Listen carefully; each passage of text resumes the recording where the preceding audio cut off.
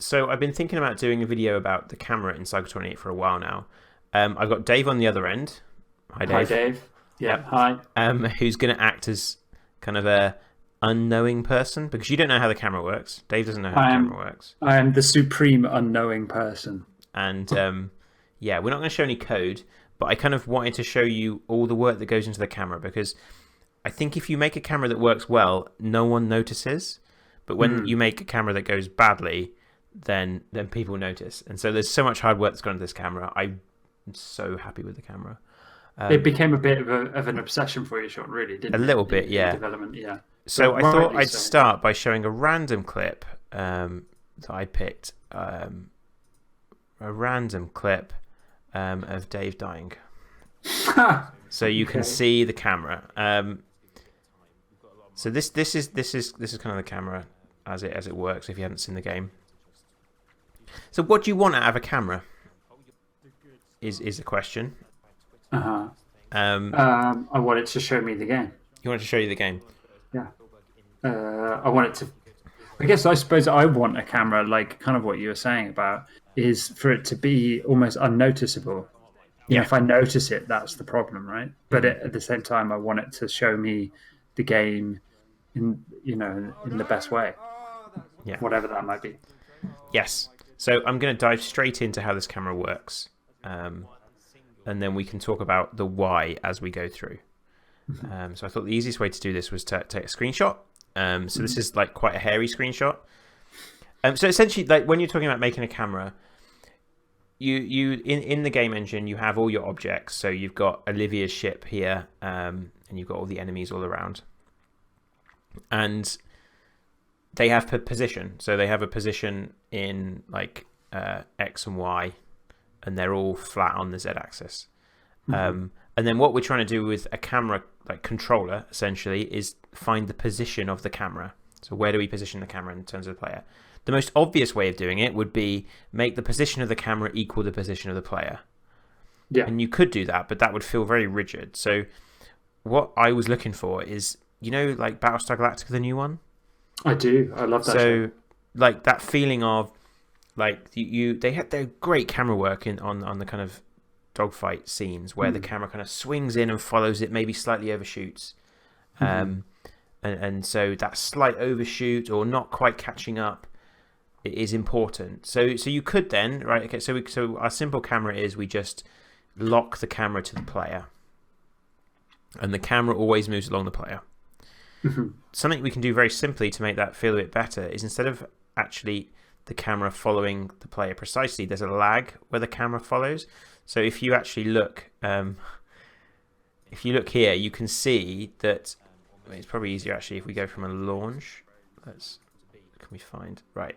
If we go from you starting the game now, right. So you can see, like you're moving across the screen. The camera isn't locked to you. Yeah. So you could achieve something very simple but still following the player. Now the camera in Cycle 28 doesn't actually follow the player coordinates. Okay, it follows something else. And this is what I'm going to try and explain in this video. So the first thing we do, so every frame, the camera controller tries to calculate where to position itself or its target. So it's calculating the target position and then it's going to move towards it, but not quite at the speed where it can catch up straight away. So I'm going to go through the steps that to calculate this target, and there's a bunch of them I've written down because there's quite a few things that go on. Okay. The first one is where you're looking as the player. So that's simply I look at the ship and look in the direction the player is looking. So move and like in that direction. And this is a distance that I can change that distance and it will affect how the camera feels. So that's kind of the first input is this coordinate here. So we're not following the player, we're following just where the player is actually looking. Okay, which gives you a feeling when you rotate that you're controlling the camera. Okay. It also means that makes that sense. well, we'll start with that. Okay, so that's number one. Number two. No, I want to. So I don't want to change the color of this. So what do I do? How do I click off it? There we go. So number 2 then. So okay, you can be looking at that direction. One of the things that people find really fun in Cycle 28 is looking in one direction while moving in another. Okay, so there's the direction you're moving as well. So what we actually do is we look at the player's current speed and say, right, where's the player going to be in, say, a second? So imagine they're still going, and put a little marker there. Okay. Okay. Yeah. So that's the second thing, and the third, and actually the final position that's used to determine where the camera is something that I call the danger centroid. And so I mean I got this idea from a talk by the guys that made Luftbrowsers, and they use this kind of thing, where you look. Well, the way that we're doing it is you take a circle around the player. Let's see if I can draw a circle. We do a circle around the player. That's a square. Basic shapes with Sean. Okay, right. Okay, so we draw a circle around the player, which, let's say like that. Okay? Okay. Yeah. Let's say that circle. And then we look at every enemy and every bullet inside that circle. Okay? Yeah. And you then take the centroid of those positions. Centroid means the average position. So in this case, like, it would be somewhere around here. Okay? Okay. So it's the average position of those things. And then we end up with our third point. Okay. Okay. And so what that does is it pulls the camera towards enemy ships and enemy bullets. Yeah, because as a player, that's, as well as wanting to follow what you're doing, you're also really concerned of what the enemies are doing nearby. Exactly. And so this circle, I've drawn this too small, but this circle actually is roughly twice. The radius of the circle is actually roughly the diagonal of the screen. Okay. Because it counts enemies outside the screen. So if you're... Because what you don't want to happen is you don't want to fly into a bunch of stuff and die, because that feels a bit cheap. So what happens is as you fly towards a group of enemies, the camera will shift towards that group. And then it won't feel like you've been cheated. Yeah, because you get a little bit more early warning. For yes, and you get a sense of it. And like when you're flying, the camera shifts left and right, and you get a sense of, oh, there's some stuff there. And it feels dynamic, doesn't it? Like when you're playing the game. Yeah. Yes, and because like if you kill this, so say you killed this enemy, this point would suddenly shift to here. Okay. Well, we actually, I don't. There's no sudden movement in the camera, so it's actually it would move towards that point.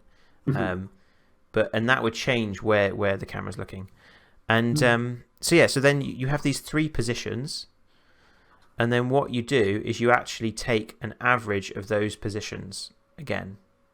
So in this case, it's going to be like somewhere around here, maybe. I'm not very right. So it's going to be like around here. Oop. So you would have.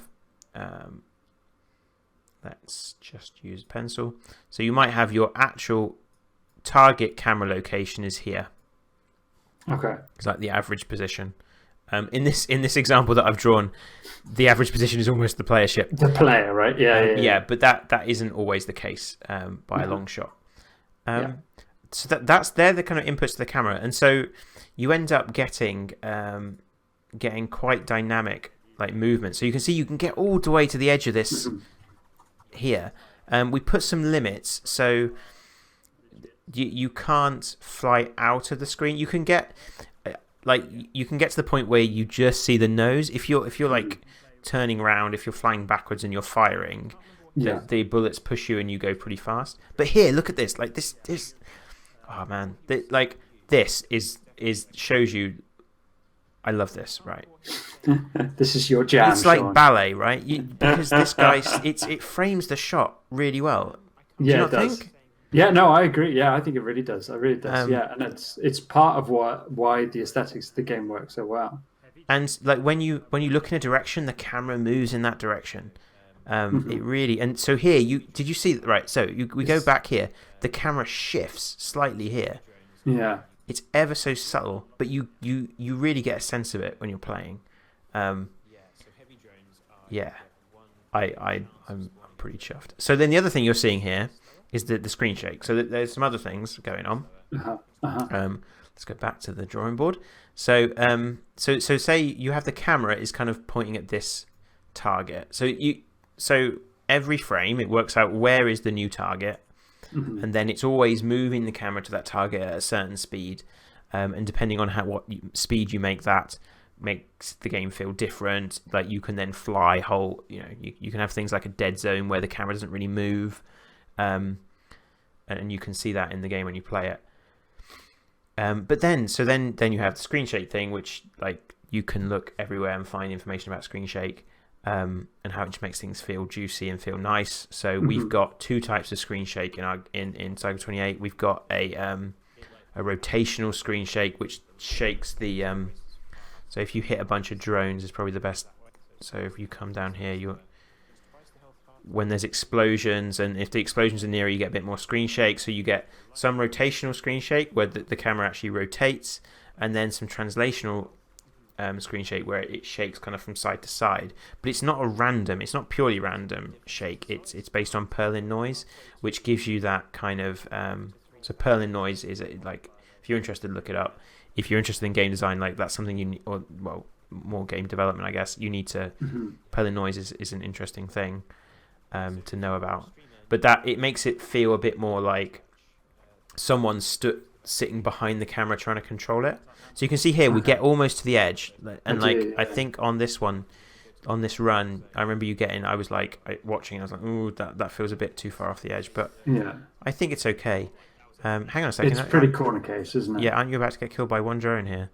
Let's just watch this. Let's just watch. Yeah, we go. Yeah. One drone.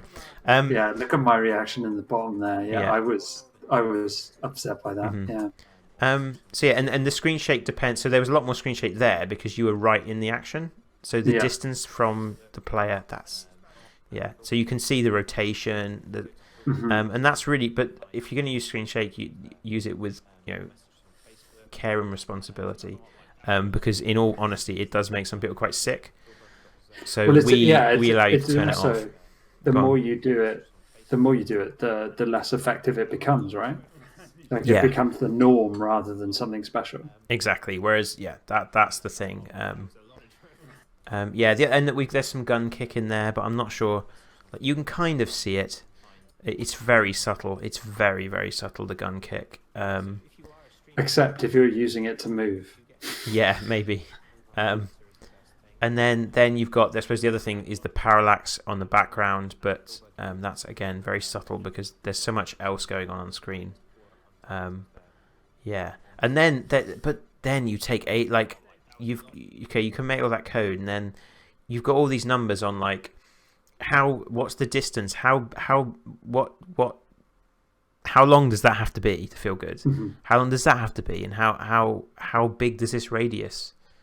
How big do you make this radius? And that's like lots of testing. Yeah, you tinkered with that for a long time, right? Yeah, so we got to the stage where one thing that we took a long time thinking about was this idea that if you're firing while you're going backwards, should you be penalized? So I think there's places where you do it in here where you here. So the camera, even though you're going in that direction, because you're facing forwards, I've kind of tried to set these two vectors or these two distances. If you're facing like that way, and you've got you can't see this, Dave, because you can't see my camera, but like if you've got like you're facing that way but traveling the other way, the two vectors kind of like cancel out. Okay. And that makes sense because if you were flying backwards, you wouldn't be able to see behind you. Yes, that makes sense. So it's trying to punish that. It's a risk. It's giving you there's like a risk to that strategy. Oh, opened up OBS again. Sorry, guys. A bit of But occasionally, kaleidoscopic stuff there. it kind of, yeah, it's funny because at points as a player you might think, oh, I'm getting a bit of an edge over this game because I'm able to fire right from the edge of the screen, or that kind of thing. But it's not like you're cheating or anything like that, isn't it? It's you've kind of deliberately designed the game so that you can get that. Yeah, you get the feel of the in and dogfighting, but you can also get that feeling of you being like a little bit of a sniper from the edge of the screen kind of thing. Yeah. Mm-hmm. And that's all from camera, right? That's all like the camera, the whole, all the feel of this game comes from the camera. Mm-hmm. Like it really does. The camera is like the most important thing. Yeah. I mean, but yeah, I'm. It's weird. I don't know. Like I'm really proud of the camera. Mm-hmm. It's not like it's not something I invented. This is based on lots of people's like watching lots of GDC talks about cameras, and kind of taking ideas from different people about how you move cameras and stuff. Mm-hmm. Yeah. So any questions about that? Like you're playing the role of the listener. Yeah, so the complete unknown. I suppose you didn't actually necessarily talk about what game engine you were using and how you kind of constructed it in there. Yeah. So I don't know how much you want to say about that, but as someone who's kind of played around a little bit with some game engines, but not to a particularly advanced level, like I imagine that would be quite an interesting aspect of this particular camera. Yeah. So I could have. One way to do this video would have been to go through the code, which I wanted to avoid. Not because I don't mind sharing my code. It's more the computer science lecturer inside of me wants to explain the algorithm and then let someone figure out the kind of coding part of it. Oh yeah. So this was done in Unity, and so there, in a lot of ways, there's not a huge number of like engine specific stuff, I guess. The main thing, I guess, with Unity was this idea of doing this in what's called the late update of the mono behavior. So you know about update, right? And you got update, fixed update, and late update. So, and I might get this if I get this wrong. Tell me, please. So there's update, which is every frame. Fixed update, which is every physics time step. Now, the camera code is actually in late update, which means it's at the end. And that means the camera is the last thing to update. So everything moves, and then you shift the camera. So the physics, all the things move. We're using, so all the objects in Cycle 28 are kinematic, which means they're not really being driven by the physics engine as such. Oh, okay, interesting. They're all being kind of we're moving them manually in like every frame, rather than letting the physics push them forward. And it gives us more control. It makes it feel better actually to control. Like I say for this game, you can definitely make games that feel good controlling with the physics engine, but it's a very different feel and not what we were going for. So that's as far off the screen as you can get. Did you see that there? Yeah, I did. Yeah, it was like just a sprite off, like it was just there. So I think. Do you think that's okay? Yeah, I think so. It doesn't happen that often, and it's kind of nice as like an extreme. Whoa! I almost got off the edge there. Yeah. Yeah. So I think that's kind of a cool feature. Yeah, there's kind of this thing of like I'm going so freaking fast, and it only happens when you're going backwards. But yeah. So yeah, any other questions about the camera? Yeah, did we have to do my deaths on this video rather than yours? Do you think? Well, mainly because like your camera is this side and my camera's over here, so I thought we had to do it that way. I see. Yeah, actually, that's very neat. That's thinking about the camera for this video. That's quite meta, isn't it? Yeah, that's the reason I did it. Yeah. Okay.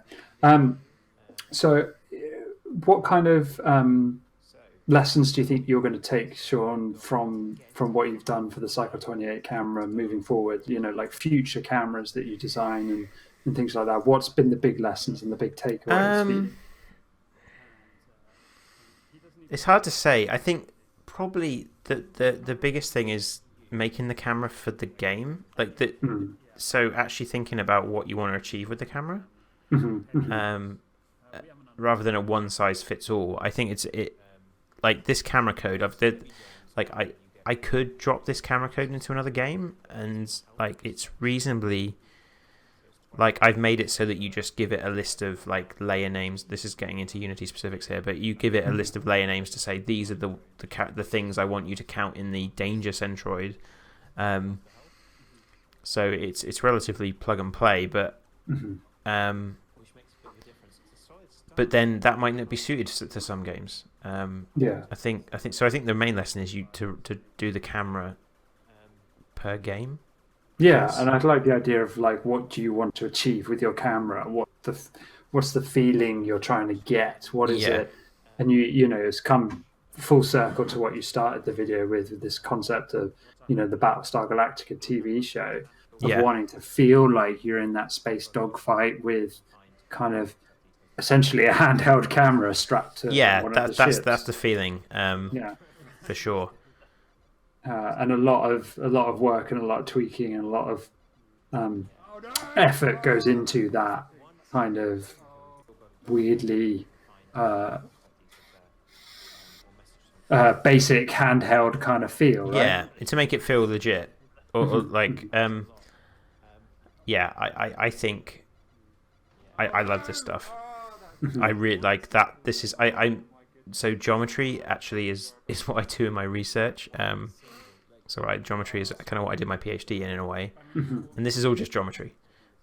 It's all just triangles and vectors, and and it's just tiny things make a huge difference. And it's really, that's what I love about games. Actually, is this idea that you can't really necessarily understand fully why this tiny thing matters, but it can make a huge difference. The tiny, like it feels like cooking. It feels like you're putting in some more salt or pepper or something, right? It's that kind of feeling, or it's the artistry and the science, isn't it? Yeah.